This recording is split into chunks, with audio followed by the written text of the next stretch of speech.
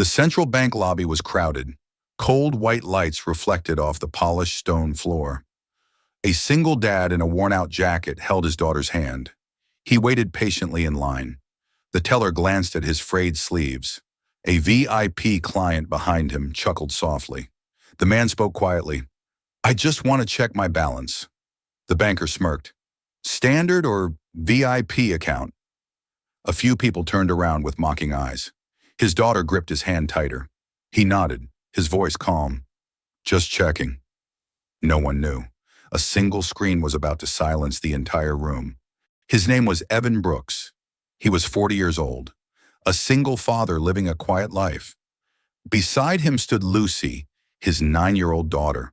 She was still wearing her old school uniform. The hem was slightly frayed, and the colors had faded from too many washes, but it was clean and neatly pressed. Evan had come to the bank for a simple reason. He needed to confirm a wire transfer for Lucy's tuition. It was a prestigious academy, the kind of institution that promised a future but demanded a king's ransom in return. It was a place where clothes usually defined the person before they even opened their mouth. Evan chose the rush hour. It was the only time he was free between his shifts. A narrow window of time in a day filled with quiet labor. The lobby was a cathedral of glass and steel. High ceilings trapped the sound of frantic typing and the low hum of expensive ventilation. The teller, a woman in her mid-20s named Sarah, was young and clearly exhausted. She spent her days looking at numbers that didn't belong to her and faces that rarely smiled. She looked at Evan's scruffy boots, which bore the faint dust of a long walk. She looked at the faded color of his jacket, a garment that had seen better winters. To her, he looked like a man struggling to pay a light bill. Another soul just barely keeping their head above water in a city that loved to drown the poor. She sighed loudly, a sound that carried the weight of her annoyance. Her impatience was visible in the way she drummed her fingers on the marble counter. Sarah watched Evan approach the counter. She noticed the way he held a small, weathered folder, the kind you buy at a discount store. She assumed it contained overdue notices or perhaps a request for a loan extension. Her mind was already on her lunch break, and she viewed Evan as an obstacle to her personal time. She didn't see the calm strength in his eyes or the calluses on his hands that spoke of hard, honest work. To her, value was measured in the brand of a watch or the cut of a suit. She even shared a quick, dismissive glance with a colleague at the next terminal, tilting her head toward Evan with a smirk that said, "Here we go again." She flipped through his sparse paperwork, a few crumpled forms and a simple identification card. There was no VIP gold card to grease the wheels of service, no premium leather wallet that smelled of success. Just a man and a child waiting for a moment of her time. Evan noticed the way she avoided eye contact, treating him as a task to be completed rather than a person to be served. He felt Lucy's hand tremble slightly in his. She was old enough to sense the atmospheric pressure of judgment. A branch manager, Mr. Sterling, stood nearby. He was a man who took great pride in his appearance, adjusting his silk tie every few minutes as if it were a ceremonial collar. He watched the queue with a hawk-like gaze, looking for high-value targets to flatter and low-value problems to manage. He saw Evan. He saw the worn-out shoes that didn't match the expensive decor. He assumed the man was lost or perhaps in the wrong building entirely. He moved a little closer, not to help, but to be ready to escort this distraction away if things took too long. He began tapping his polished shoe against the floor, a rhythmic signal of his desire for Evan to conclude his business and vanish from his pristine lobby. Evan asked for a simple printed statement. He wanted to see the numbers with his own eyes before authorizing the tuition payment. The teller asked again, her voice dripping with skepticism that bordered on mockery. "Are you sure you have an account with us, sir? This isn't the savings and loan branch." Behind him, a man in a bespoke navy suit cleared his throat with exaggerated force. He was checking a gold watch that cost more than Evan's entire wardrobe. "Some of us have actual business to conduct," the VIP said, his voice loud enough to draw a few smirks from the other clients. He looked at Evan with pure disdain, as if the very presence of a man in a worn-out jacket was lowering the property value of the lobby. Lucy lowered her head, her shoulders bunching up. She felt the weight of the stairs, the silent laughter that filled the gaps between heartbeats. She felt the heat of embarrassment rising in her cheeks, a vivid red that matched her school tie. Evan didn't flinch. He didn't turn around to argue. He didn't need to. He placed a steady, warm hand on her shoulder. He leaned down and whispered into her ear, "It's okay, sweetheart. The loudest people are often the most afraid. We're almost done." Evan didn't explain himself to the room. He didn't mention the high-frequency trading algorithms he had designed in his early 20s. He didn't talk about the series of software patents he had sold to Silicon Valley giants years ago, patents that still generated royalties while he slept. He didn't talk about the private equity fund he managed from a small battered laptop at a scarred kitchen table while Lucy did her homework. He was a man who understood the value of shadows. He preferred the simplicity of fatherhood, the school runs, the bedtime stories, the scraped knees, over the performative noise of wealth. He waited. He stayed calm. He watched the digital clock on the wall, its red numbers ticking down the seconds of his anonymity. The world saw a janitor or a struggling laborer. The truth was a dormant volcano, far more explosive than any of them could imagine. The teller, Sarah, finally took Evan's ID and began typing in the account number. She did it with a heavy, performative sigh, hitting the keys with an aggressive boredom, as if she were doing him a monumental favor. But as she hit the enter key, something unusual happened. The screen didn't jump to the next page immediately. Instead, it flickered. A loading icon appeared, a spinning circle that seemed to rotate in slow motion. It spun longer than any transaction Sarah had handled that month. The bank's high-speed internal network seemed to struggle with the data it was retrieving. Sarah frowned. She tapped the side of her monitor, thinking the hardware was failing. "The system is lagging," she muttered, her voice sharp. She rolled her eyes at Evan as if his very presence had brought a virus into their pristine servers. "This happens when people use outdated accounts or have insufficient data trails," she added, loud enough for the VIP client behind him to hear. The man in the navy suit let out a short, bark-like laugh. "Mr. Brooks," Sarah said, leaning forward slightly, her voice raised for the benefit of the surrounding crowd, "if you are trying to access an old account with a negligible balance, it might be better to do this via the ATM outside. You are holding up the line for our priority clients." Evan simply blinked, his expression unreadable. "I'll wait," he replied. His calm was beginning to irritate her. She wanted him to be flustered. She wanted him to realize he didn't belong here. Even Lucy felt the sting of Sarah's words, her small hand tightening around her father's thumb, as if trying to pull him away from the invisible fire of the teller's gaze. Mr. Sterling, the branch manager, stepped even closer now. He smelled of expensive cologne and misplaced confidence. He looked at Evan from head to toe, his eyes lingering on the scuffs on Evan's boots. "Are you sure this is the right account number, Mr. Brooks?" he asked, his voice booming with a false sense of authority. The entire lobby fell silent. People stopped their own transactions to watch the unfolding drama. "This branch handles high-net-worth individuals and corporate entities. Perhaps you meant the local credit union down the street? They handle smaller, more modest needs." Evan nodded slowly. He didn't get angry. He didn't raise his voice to match Sterling's arrogance. "This is the right account," he said simply. "I've had it for over a decade. I just need to verify the balance before the transfer." Another staff member at the next desk whispered a joke to a colleague, and they both stifled a laugh. Lucy's eyes turned a watery red. She squeezed her father's hand so hard her knuckles turned white, a silent plea for him to just turn around and leave. She wanted to disappear into the floorboards. Evan looked at the teller, his gaze locked onto hers. It wasn't a gaze of anger, but one of absolute, unshakable certainty. "I just need to check the balance, please. We have an appointment to get to." Sarah let out one final exasperated huff and clicked confirm one more time, using more force than necessary. She was already framing the words in her mind. "Sir, there is no money here," or "Sir, your balance is zero." She was ready to call security to escort him out so she could get back to the important clients. Then the screen changed. It didn't show an error message. It didn't show a low funds warning. The interface didn't just load, it transformed. The standard blue and white theme of the bank's software was replaced by a deep royal gold interface. This was the echelon level UI, a screen that only appeared for accounts with more digits than most people could count. Sarah froze. Her hands, which had been tapping impatiently, stopped dead. Her mouth opened slightly, but no sound came out.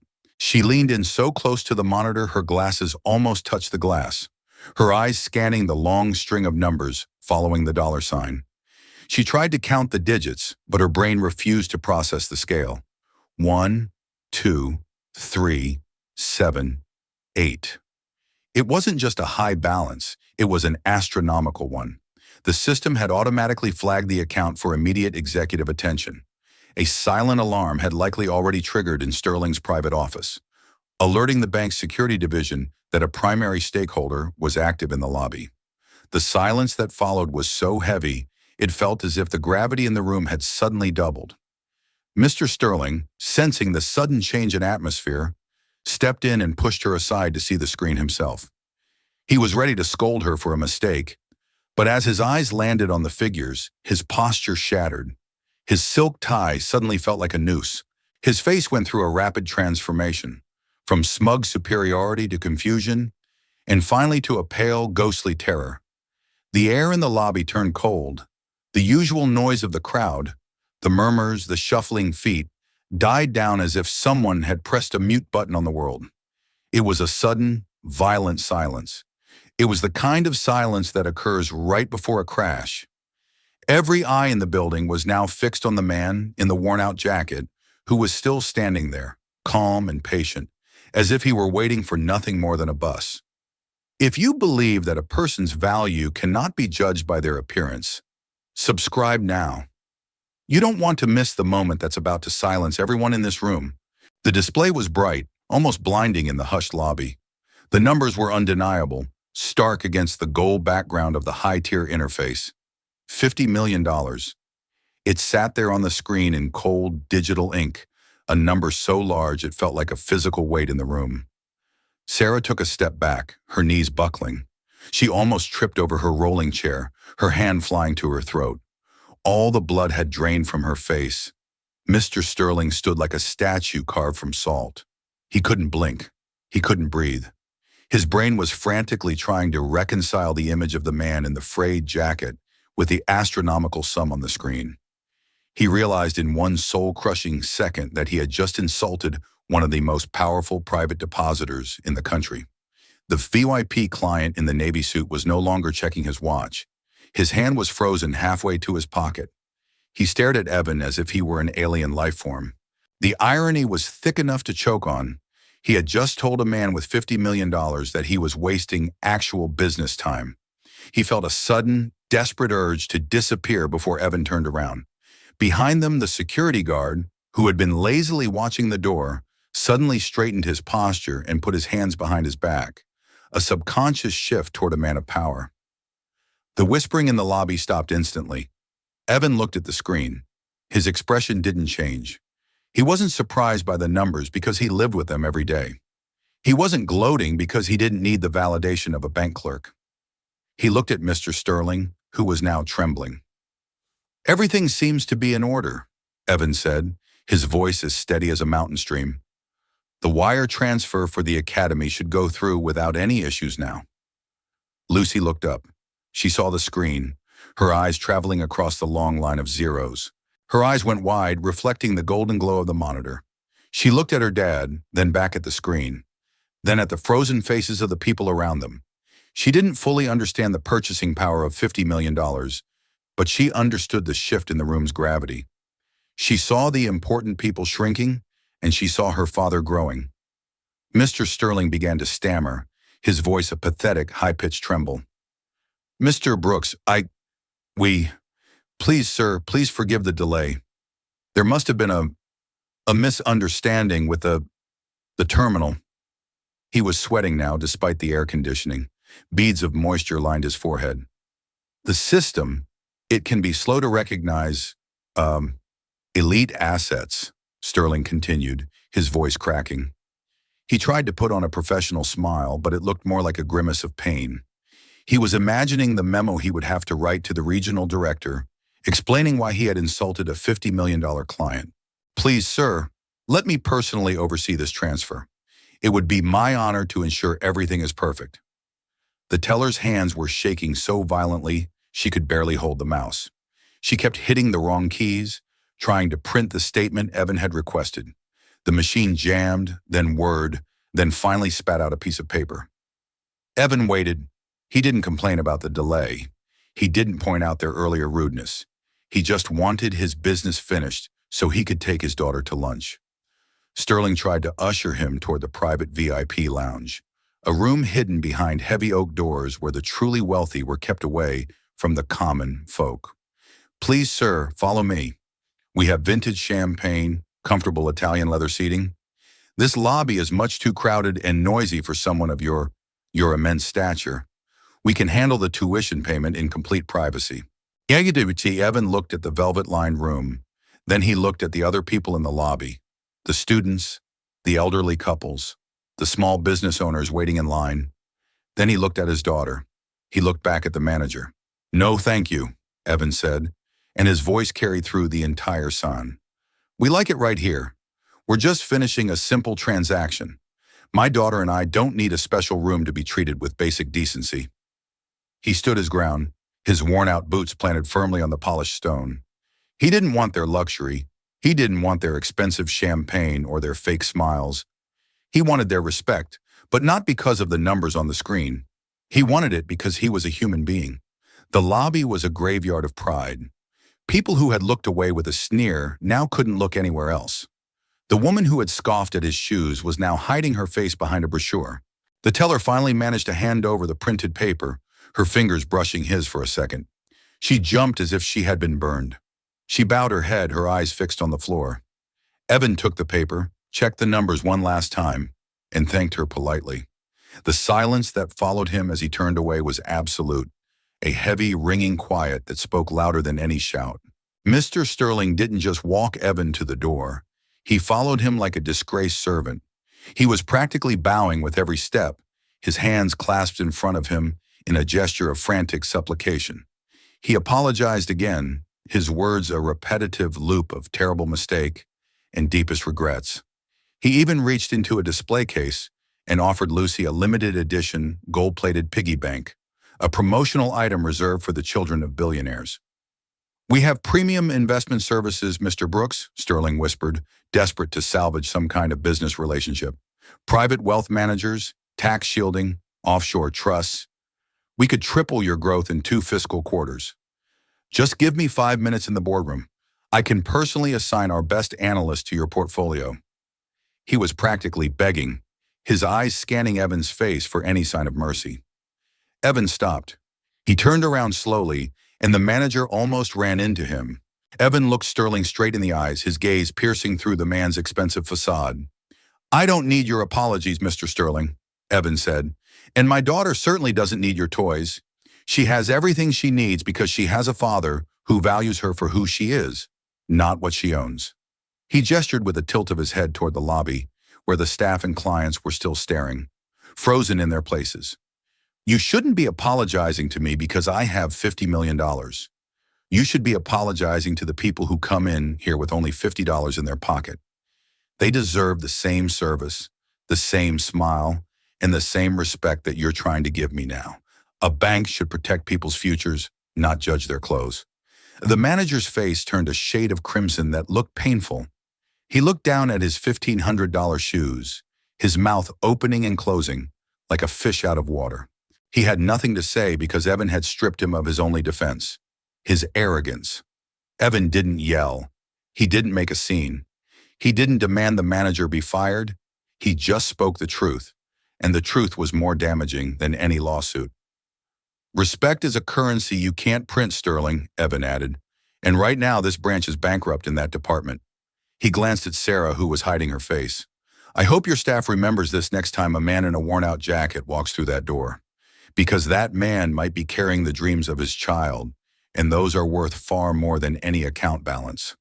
The teller, Sarah, was now crying silently at her station.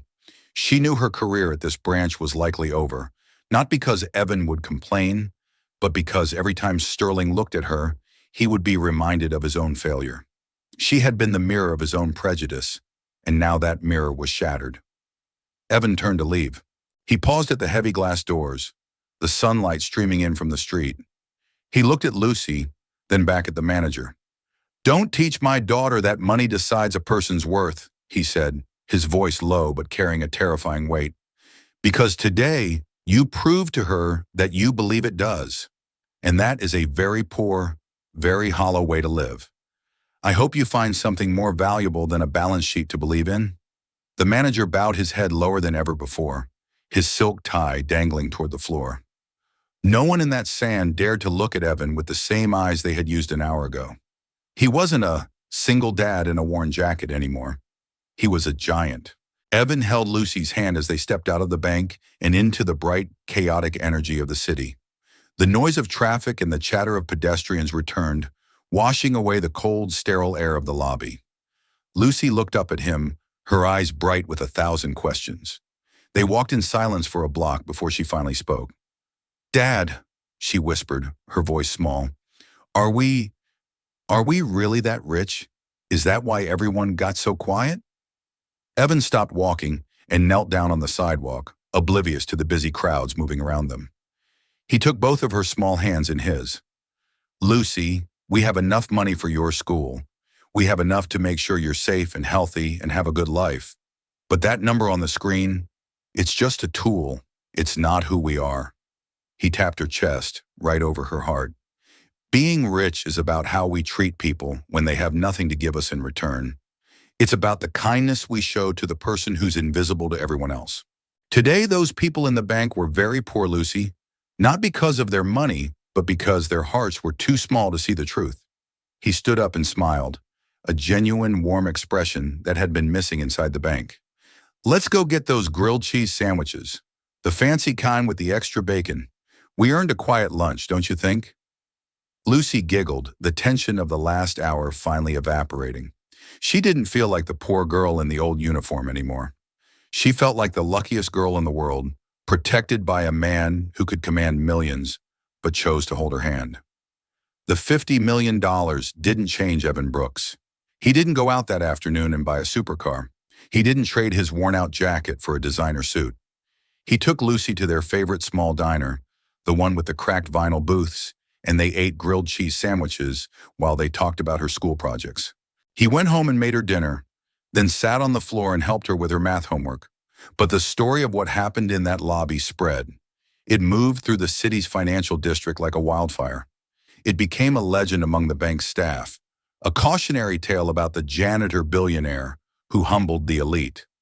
Mr. Sterling was transferred to a tiny remote branch 6 months later, and the bank implemented a new universal respect training program, though many knew it was just an attempt to save face.